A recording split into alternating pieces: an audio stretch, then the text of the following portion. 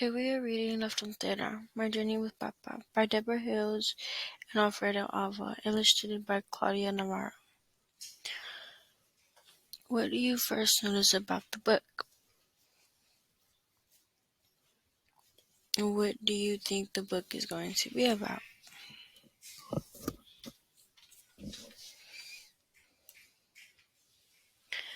When I was young, my family lived in a small village of La Ceja in Central Mexico in the state of Guanajuato. For over 100 years, my family had lived there. My grandfather, my Uncle Thomas, and my father all worked in the vineyard.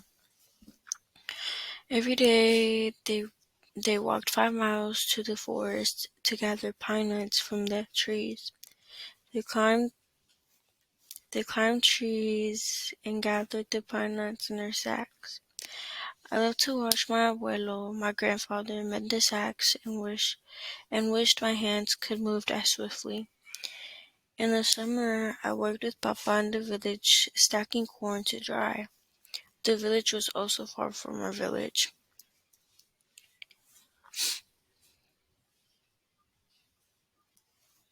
Would you walk 5 miles to go to work? The day came when Abuelo could no longer walk the distance to and from the pine forest. Without Abuelo's help, Papa could no longer provide for our growing family. I was the oldest, but I was still too young to work all day. I now had two little brothers, Arturo and Luis, and a baby sister, Yada. The baby still drank Mama's milk, but my brothers and I were always hungry, and I could see Papa wasn't happy, and I felt bad because I could not help him. Abuelo told Papa he must find a new home. You must leave La Ceja and find a place where work would be plentiful and your family will be flourish. Take Alfredo with you, as he is your firstborn and will help you with this journey. Plentiful, good amount. Flourish, to grow or have healthy ways. Poor abuelo. I was sad to think of leaving my home. I would miss my donkey Fernando. My donkey Fernando. We were born in the same year and I loved him. I would miss Abuelo and Uncle Thomas. I would miss playing with my brothers and friends. I didn't even want to think about leaving Mama. I was hungry, yes, but I did not want life to change. How would you feel if you left your family behind?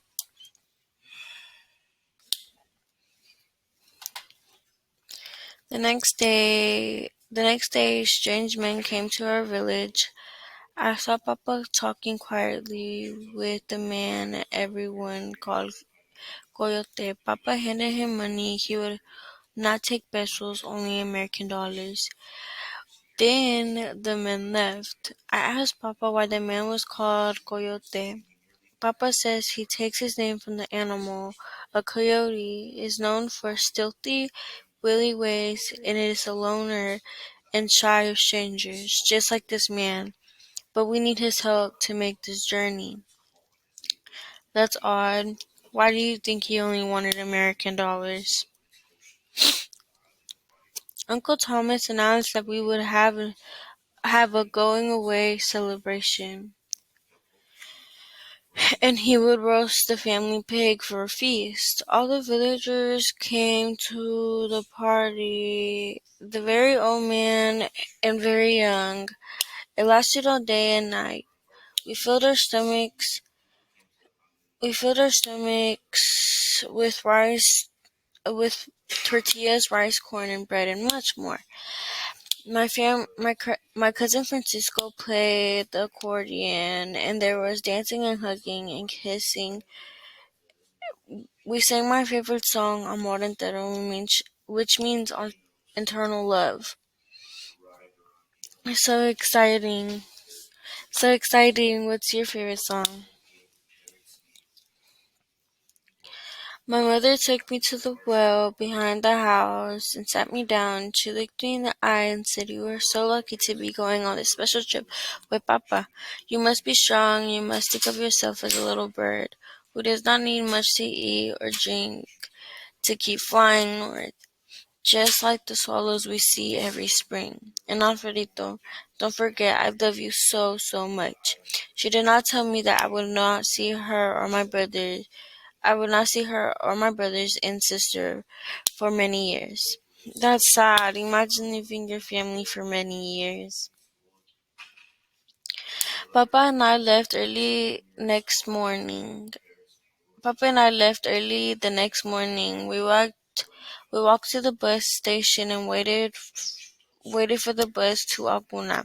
It was early and nobody was in the street. A few people were waiting on the benches for the bus, but we stayed separated from the others and kept quiet. In Acuna we met Coyote, the strange man who had came to our house. Coyote can never tell us his real name, said Papa. He knows he has many enemies, like the sly coyote he is named after. Coyote took us to the edge of the Rio Grande River. We hid we hid in the tall grass until it was truly dark. Coyote gave us an inner tube to float across, and he said he would meet us on the other side, in the United States. Papa and I took the inner tube and tried to cross, but the current was too strong. We crept along the shore until we came to a shallow place. The moon was so bright,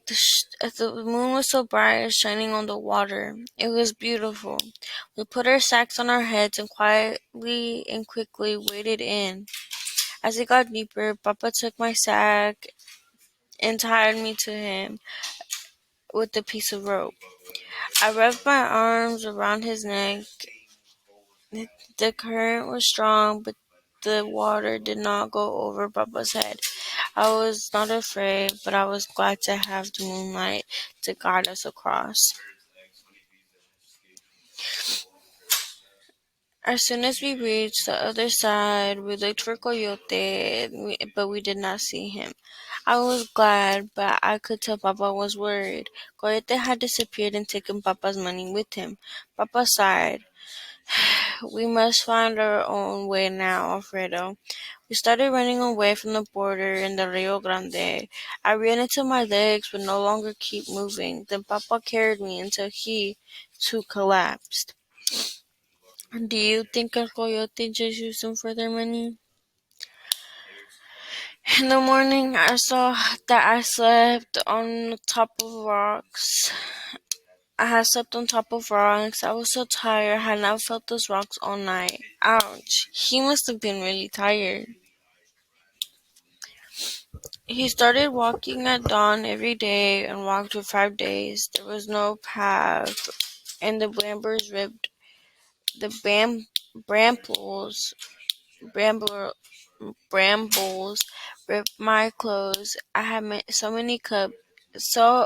many cuts when I had sat or slept on the ground. I got bitten by fire ants. I was always watching for scorpions and snakes. A big mountain.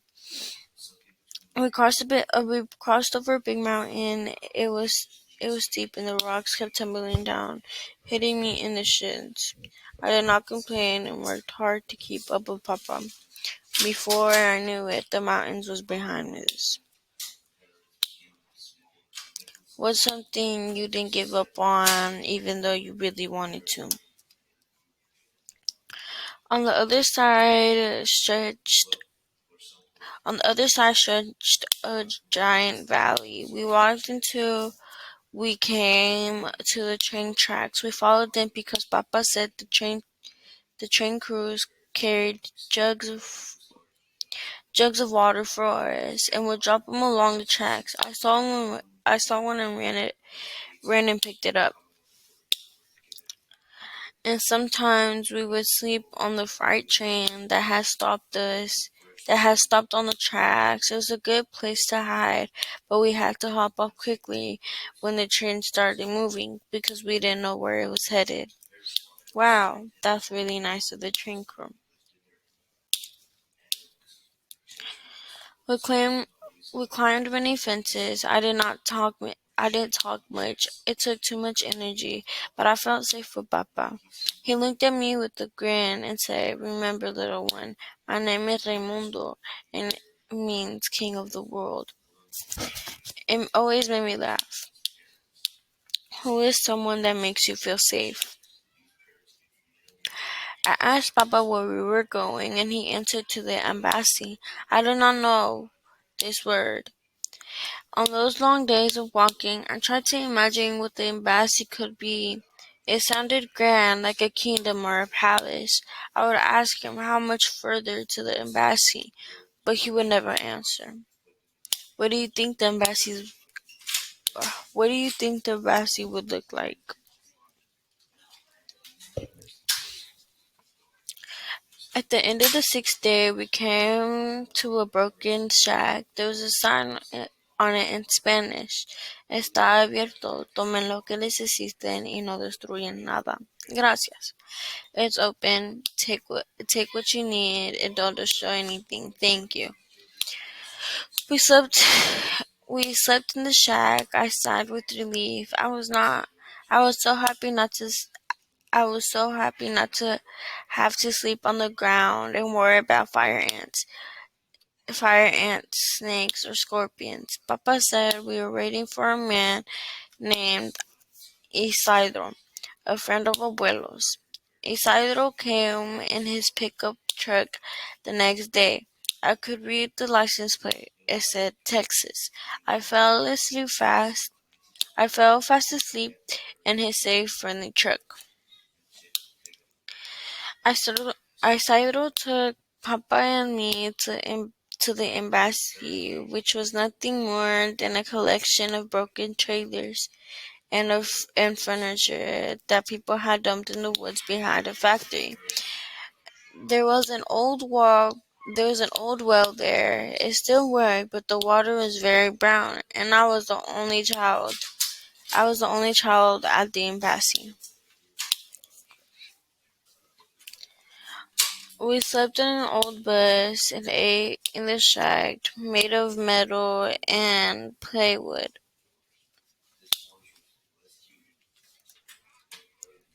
My only friend was a baby javelina, a wild pig who wandered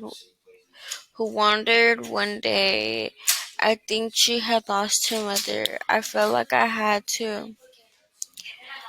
We were both too lonely, and I told her all my thoughts. She reminded me of my donkey Fernando back home.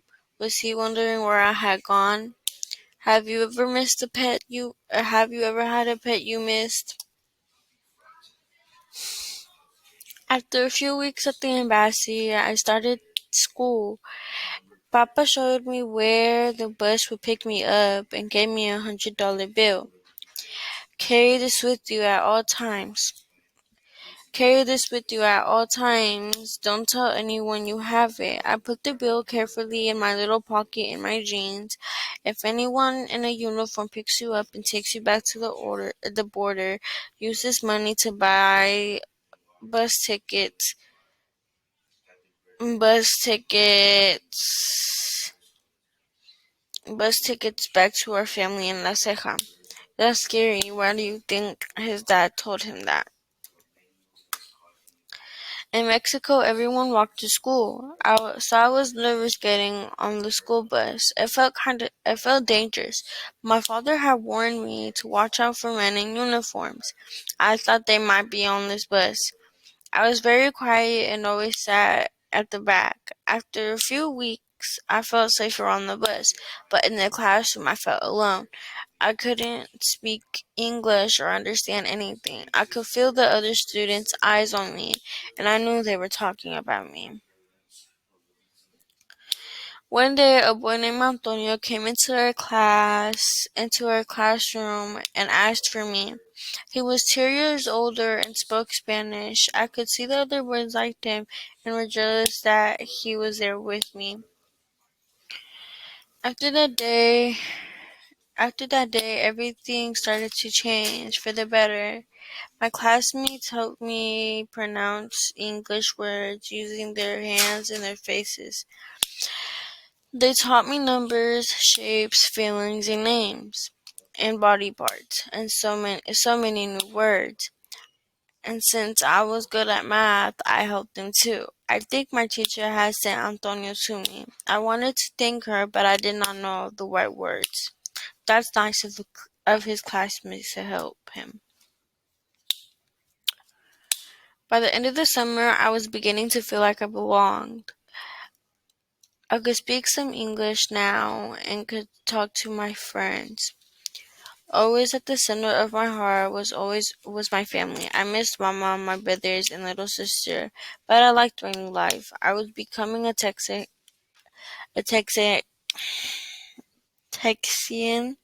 in November of that year. President Reagan granted an am- amnesty to millions of immigrants, which meant we could begin a long process of applying for citizenship. 4 years later, one day, Papa picked me up from school in his truck. He said we are going on a very special trip today to a town called El Paso on the border. I did not want to go, but Papa promised me that this time we would not have to sleep on rocks or worry about coyotes.